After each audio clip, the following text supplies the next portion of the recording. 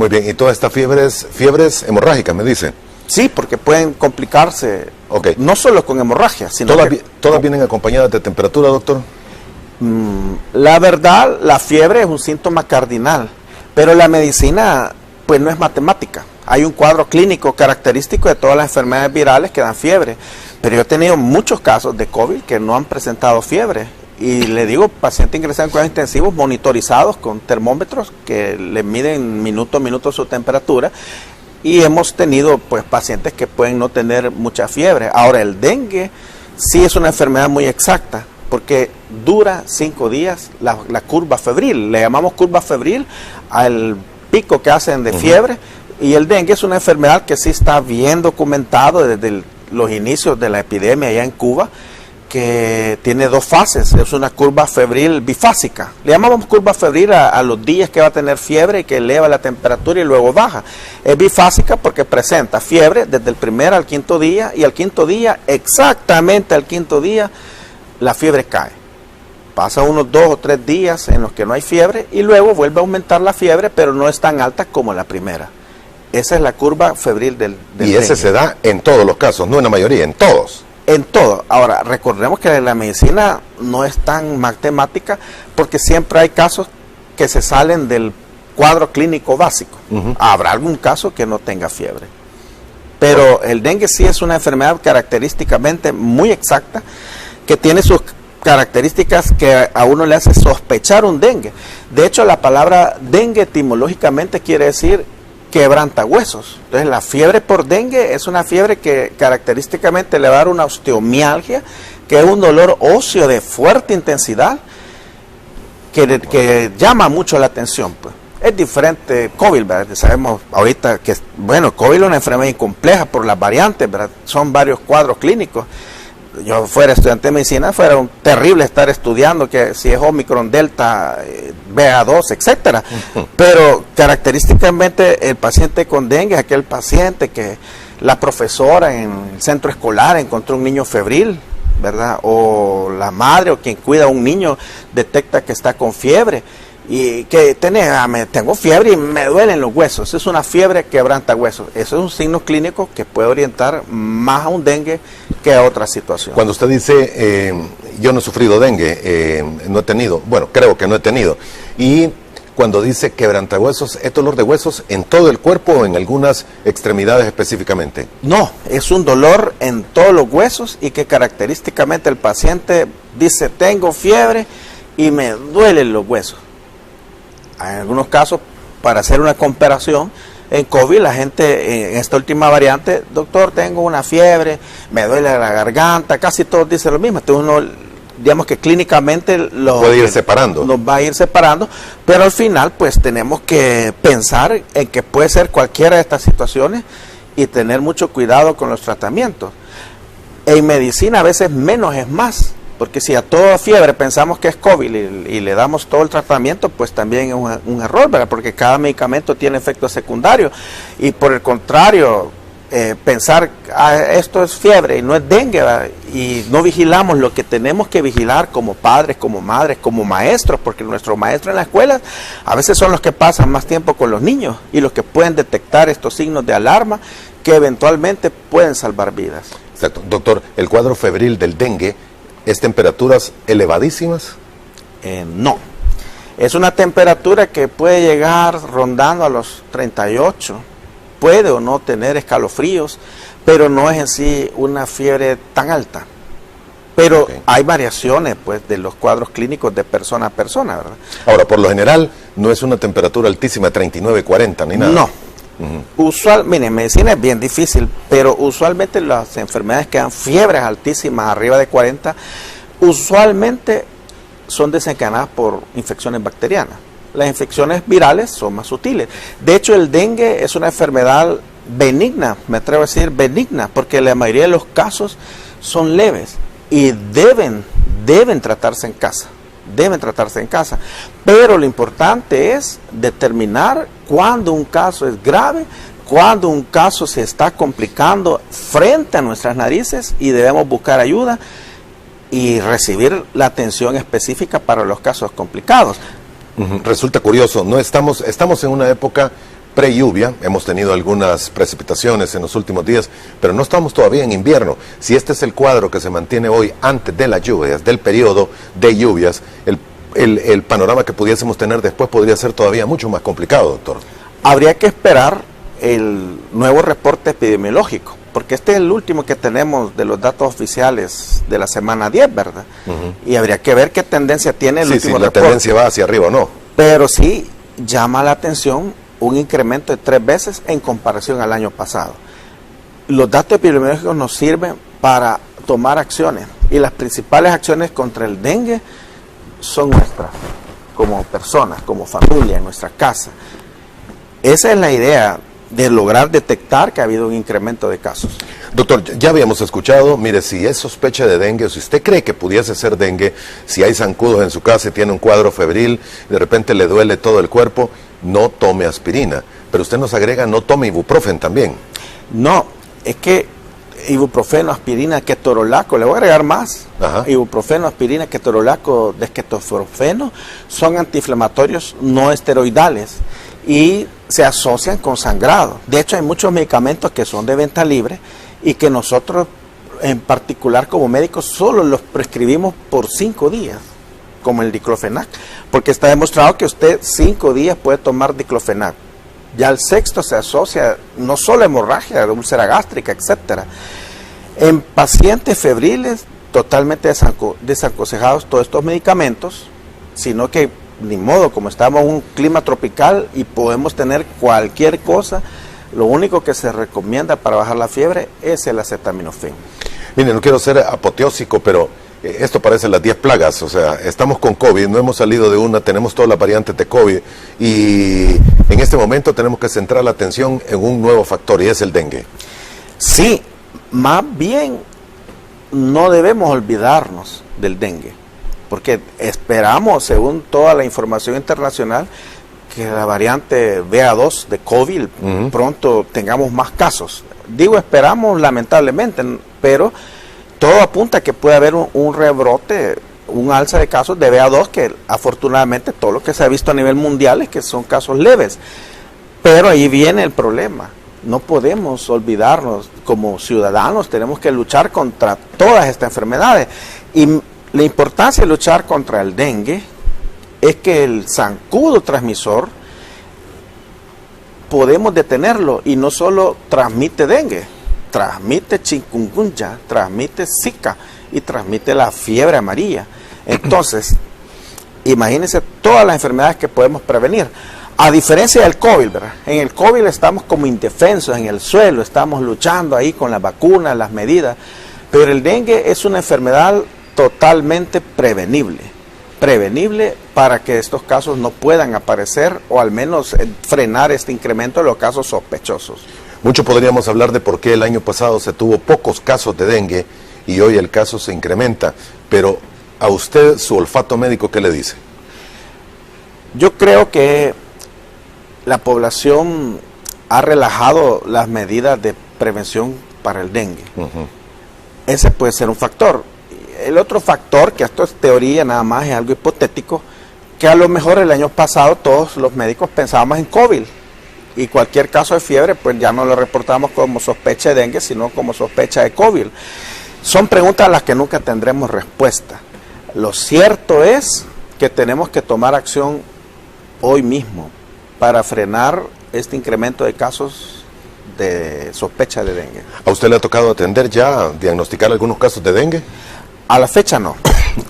Al momento no he tenido ningún caso sospechoso de dengue, pero la verdad que yo veo pacientes hasta que llegan ya por ser intensivista, pacientes que ya llegan hipotensos a requerir ventilación mecánica, y es lo que no queremos, pues, tener pacientes que lleguen en condiciones críticas por dengue. Ok, usted nos dice, bueno, tenemos que vigilar el dengue, pero también tenemos que tener mucho cuidado con lo que está ocurriendo con COVID. El COVID no es que haya desaparecido, podremos tener ya en el país la aplicación de una 4ª dosis, una segunda booster, tenemos ya una medicina que es específica para aquellas personas que resultan positivas a COVID-19, pero los números en el mundo entero continúan subiendo. Oficialmente no hay datos de China, pero sí tiene ciudades, y lo hemos visto a través de las noticias, en las que se ha detenido toda la actividad y la gente ha sido nuevamente enviada a sus viviendas, a cuarentena. Pareciese ser la BA2, doctor, la que está afectando. Es más contagiosa y, debo entender, menos peligrosa o menos mortal. Así es. Es así. Es decir, a finales de diciembre se detectó la variable BA1, Omicron, y luego una subvariante, que era la BA1.1. Pero al mismo tiempo, a finales de diciembre, se detectó y se identificó la secuencia genómica de BA2. Lo único que en la tierra de los virus siempre hay una variante que es dominante. No quiere decir que variante Delta, la variante original de Wuhan, ya no esté, pero ¿cuál virus sobrevive? El que es menos letal. El que es menos letal es el que sobrevive y se vuelve la variante dominante. Tuvimos la ola de Omicron, que a nivel mundial pues se vieron que ya disminuyó, pero en países de Dinamarca, Nueva Zelanda, que tienen todos estos mecanismos de secuenciación genómica, se ha logrado identificar que ha habido un aumento desde hace unas 3 semanas de la BA2. Al inicio se hicieron estudios en Japón, estudios in vitro, es decir, los estudios in vitro quiere decir que tomaron células pulmonares, células digestivas y las inocularon con el virus y vieron in vitro en laboratorio que el virus tenía mayor capacidad de afectar el tejido pulmonar y de producir neumonía. Pero luego en Sudáfrica, que están haciendo muchos estudios sobre esta situación del COVID y que van adelante de nosotros en el tiempo, y que podemos inferir que lo que va pasando en el mundo, como lo hemos visto en los 2 años previos, al final llega a repercutir en nuestro país. En Sudáfrica hicieron un estudio interesante que no fue in vitro, sino que fue en personas vivas. Estudiaron a las personas que le estaba dando COVID por la variante BA2 y vieron que no tiene capacidad de afectar al pulmón. ¿Por qué es esta diferencia? Porque no es lo mismo un estudio en el laboratorio que un laboratorio en personas vivas. ¿Qué puede modificar esta diferencia? La vacunación principalmente. La exposición al COVID que hemos tenido y que nos confiere cierta inmunidad protectora. Las conclusiones que se sacaron es que es una variante leve, es una variante que no va a incrementar el número de ingresos a hospitales, a UCI, ni mortalidad significativamente, pero se demostró que es un 30 a 60 veces más contagiosa que su predecesora o su hermana, la variante Omicron o Beta 1 o B1. Recordemos que Omicron se había comparado con el virus más contagioso de toda la historia, que es el sarampión. Se consideraba que era similar en transmisibilidad al sarampión. Y si tenemos una variante BA2, que es entre 30 y 60% más contagiosa, y aunque sabemos que va a haber casos leves, que no va a haber incremento de pacientes en UCI, tenemos que tener respeto, diría. Porque los virus, en la medida que se repliquen, en la medida que haya más pacientes que se contagian de la enfermedad y lo incorporen a sus células y lo repliquen, ahí es donde ocurren nuevas variantes. Es decir, al ser el virus un mensaje de RNA y al llegar al ribosoma, donde genera una copia, mientras más copias hay en el mundo, más posibilidad de error y más posibilidad de que surja nueva variante. ¿Y cuál es el problema? No podemos decir, como es leve, quitémonos las mascarillas y que nos dé a todos, porque nos va a dar más inmunidad. No, mientras más casos tengamos, el virus más se replica y existe una posibilidad que en uno de esos errores en la copia surja una variante que sea más letal. Sí, pueden haber nuevas variantes, para doctor. Nada lo impide. No, hasta ahorita pues, digámoslo, Dios ha sido benigno con la humanidad y todas las variantes han sido leves. Pero ¿qué tal si de pronto aparece una variable con esta contagiosidad, pero con mayor letalidad? Exacto. Estos son los datos, por lo menos que se tienen hasta ayer a nivel mundial, de los contagios y los nuevos casos. Corea del Sur, Alemania y Francia presentan la mayor cantidad de nuevos casos en todo el planeta. En el orden, Corea del Sur, 320.000. Alemania 257.000 y Francia 169.000. O sea, no son son en 24 horas, no estamos hablando de una semana, estamos hablando de casos que han sido detectados en las pasadas 24 horas. Y de ahí continúa la lista de todos los países. Como le digo, no hay datos oficiales, por lo menos en este cuadro de China, pero el caso allá, o los casos allá, son mucho más altos de lo que se menciona, además por la población que tienen también. Esta variante, y tenemos que irnos para relacionarlo directamente a lo que sucede en naciones que tal vez tienen un contacto más directo en cuanto a viajes a nuestro país. Un poco más abajo se encuentra Estados Unidos y tiene 34.500 casos diarios, de nuevos casos. Cualquiera pudiese decir, todavía no ha terminado de llegar a Estados Unidos, o ya está, pero como no es tan mortal ni que lleve a hospital, probablemente la gente no va o no reporta sus casos. ¿Qué estará pasando, doctor? ¿O tal vez se mantiene todavía confinada en Asia y Europa? Creo que la transmisibilidad de este virus es impresionante. Yo esperaría, de hecho ya han de andar circulando en nuestra población, pues esta variante BA2, estoy totalmente seguro, clínicamente seguro, lo único que son casos leves. Son casos leves y que usualmente mientras más leve sea un caso, pues hemos como perdido el miedo, ¿verdad? Y ya no consultamos. Y tampoco tiene sentido pues gastar tanto nuestros recursos personales como públicos en estar haciendo pruebas, ¿verdad? Pero sí es un fenómeno preocupante, alarmante, y que de pronto podemos tener una nueva alza de casos, aunque sea de forma leve ya documentada. Ok, hay varias preguntas de los amigos televidentes. Vamos a hacer la primera pausa en este momento y volvemos con las interrogantes de los televidentes. Sigue con nosotros.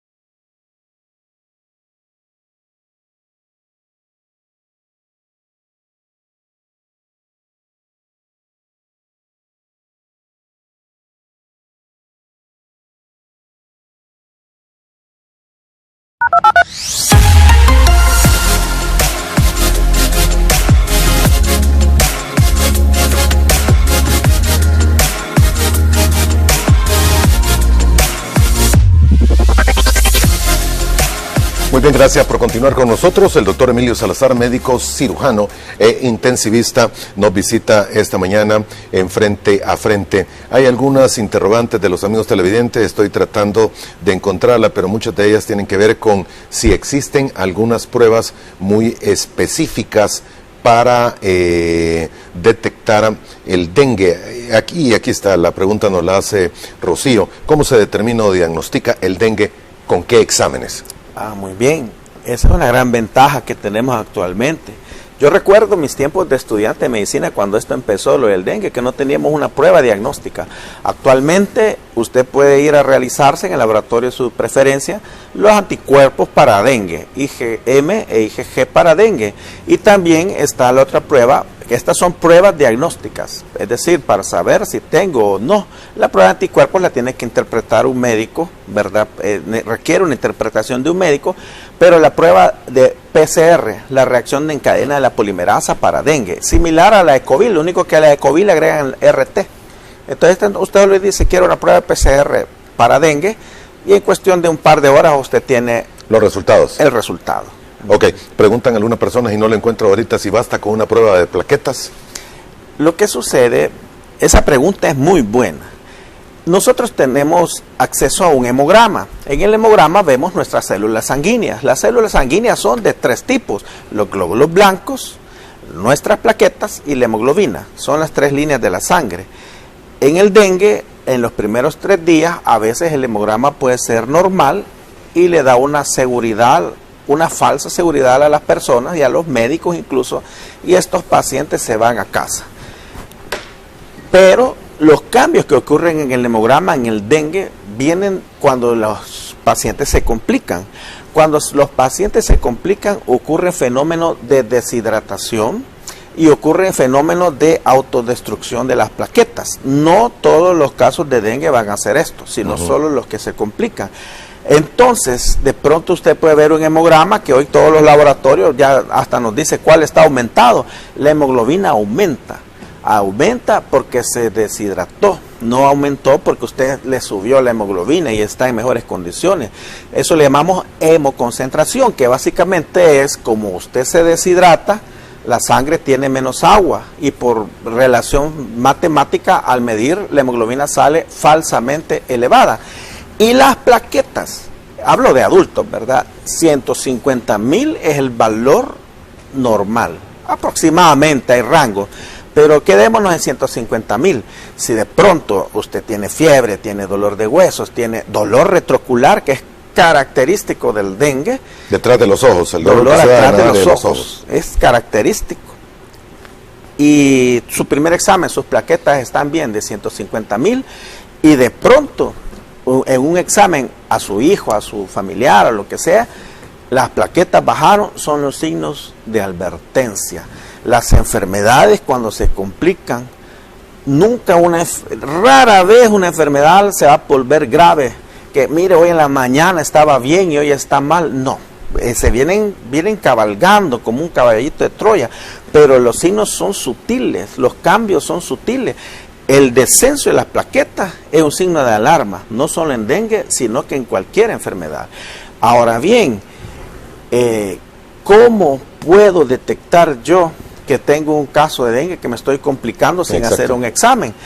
Bueno, si usted usa corbata y de pronto aparecen petequias, o lo que llamamos rays, que son puntitos rosaditos, o manchas rosadas en el cuerpo, equimosis, o cambios, o sangra a las encías, o de pronto sangra transocular, o sangra a través de la vagina, o sangra en las heces, o hay dolor abdominal intenso, o hay náuseas, y empieza a vomitar, son signos de alarma y no debe quedarse en casa, ¿verdad? Sobre todo nuestros niños pequeños, ¿verdad? Que pueden tener complicaciones importantes. Es decir, ningún dengue le va a complicar y hasta que ya necesite intubación, por ejemplo. No, dan signos, cambios muy sutiles que debemos poco a poco irnos familiarizando y decir, bueno, aunque el doctor ayer me dijo que está bien, que mi hijo estaba bien, o que mi papá, mi mamá estaba bien, hoy la condición es diferente y voy a volver a ir. Y de preferencia que sea el mismo evaluador, el mismo médico. Para que pueda ver el cuadro, para que vea el cambio. Para que vea el cambio. Es decir, cuando nosotros los médicos le decimos a un paciente, mire, usted le está bien, váyase a su casa, tome acetaminofén, tome líquidos, hidrátese, eso es hoy a las 7 de la mañana, por ejemplo. Pero si mañana el cuadro clínico cambió, la recomendación va a ser otra. Tiene que volver a verlo, idealmente el mismo evaluador. Bien, nos dice Rocío también, ¿algunas personas son más vulnerables a contraer dengue? No hay una predilección de que en cuanto a la persona. Para que una persona adquiera dengue, tenemos que partir que es un virus que acompaña al hombre. El dengue se origina en un paciente que tiene dengue y lo tiene en su sangre. A este paciente llega un mosquito, especialmente el mosquito hembra, porque necesita la sangre para nutrir sus huevos con hierro, y no va a picar ni al perro, ni a la lora, ni al perico, ni al gato, sino que necesita la sangre humana. Entonces no hay un patrón de que yo le diga a algún paciente tipo sanguíneo, no, sino que es una enfermedad que el virus inicia en el hombre, vive en la sangre del hombre, ocupa un insecto, que le llamamos vector. ¿Por qué le llamamos vector? Porque el mosquito no padece el virus, sino que solo lo lleva consigo y luego deposita sus huevos en todos los depósitos de agua limpia que tenemos en nuestra casa. Llámese florero, maceta, la comida donde le ponemos el agua al gato, al chucho, todas estas cosas que tenemos y que no ocupamos, hasta en un cascarón de huevo que esté en el jardín, pone sus huevos y dura 7 días este huevo allí y eclosiona, es decir, pasa a ser una larva. Estos 7 días son importantes porque ¿cuál es la recomendación? Que si usted tiene maceta, floreros, la pila, la piscina, lo que sea, cambie el agua. Con que cambie el agua cada 7 días, usted cortó la proliferación del zancudo que transmite el dengue y acaba con la transmisión de esta enfermedad, que es el zancudo Aedes aegypti. Hay muchos zancudos, pero el zancudo Aedes aegypti tiene unas características, que es gris, y cuando usted lo mata y logra ver las patitas, tiene rayitas blancas.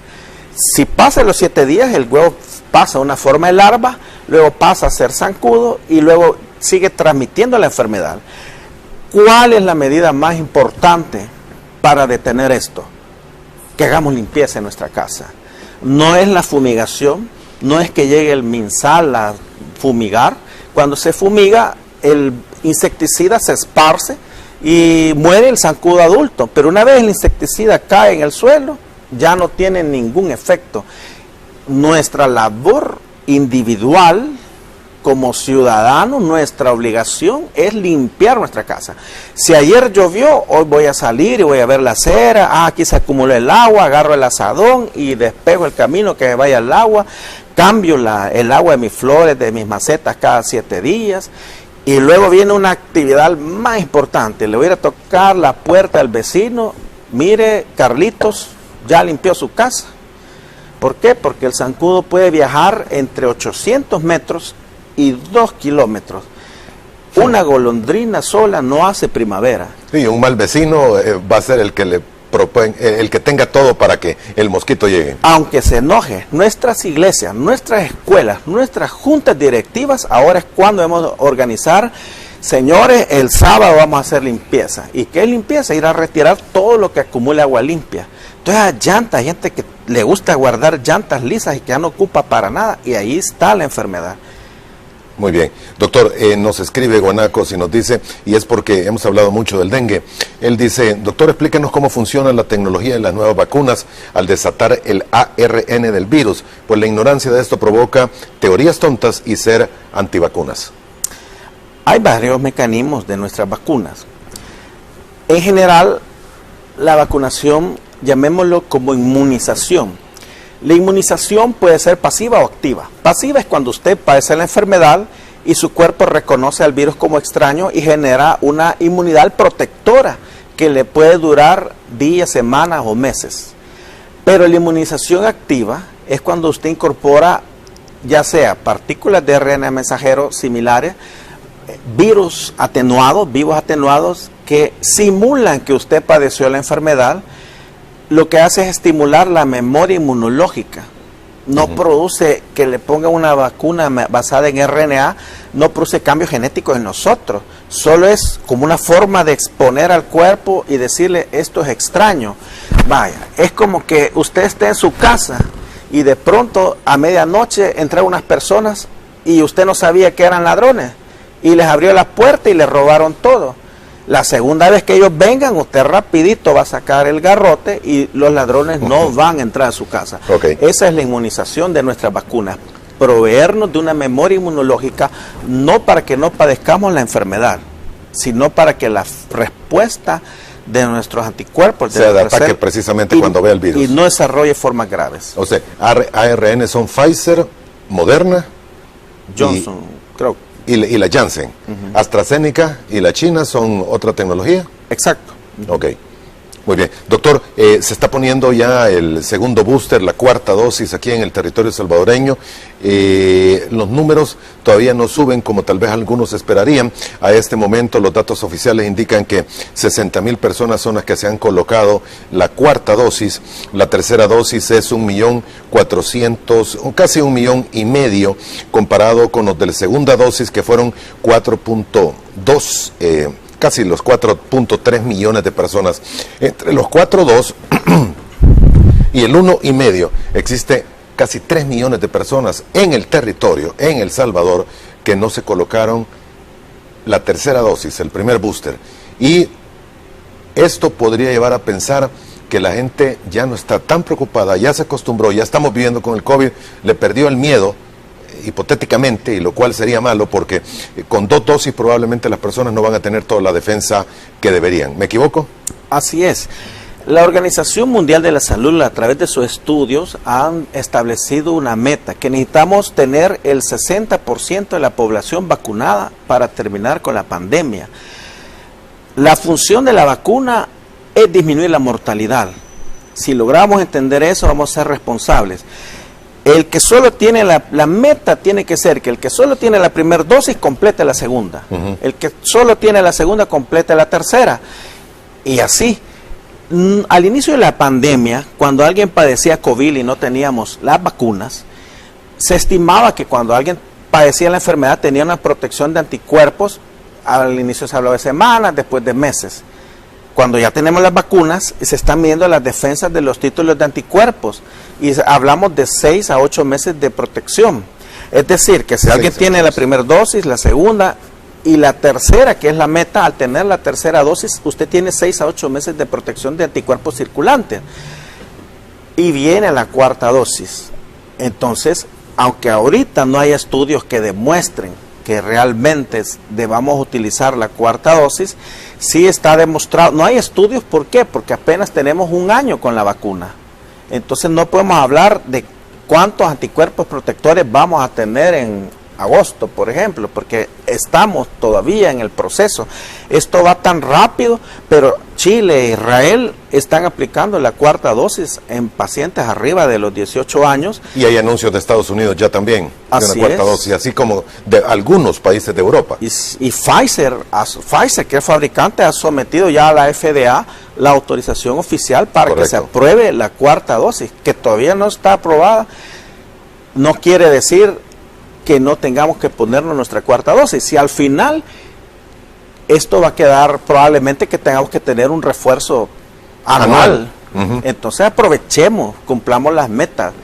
No esperemos que llegue a nuestra casa la vacuna, pues. Es correcto. El doctor Emilio Salazar, médico, cirujano e intensivista, ha estado con nosotros estos pasados 45 minutos. Hemos hablado buena parte de esta plática, más del dengue que del COVID, porque es una enfermedad y de acuerdo a los datos, si lo mostrábamos, podría estar volviéndose factor de preocupación para los próximos meses si no tomamos las medidas necesarias. Se le agradece su valioso tiempo, doctor. Gracias por habernos acompañado esta mañana.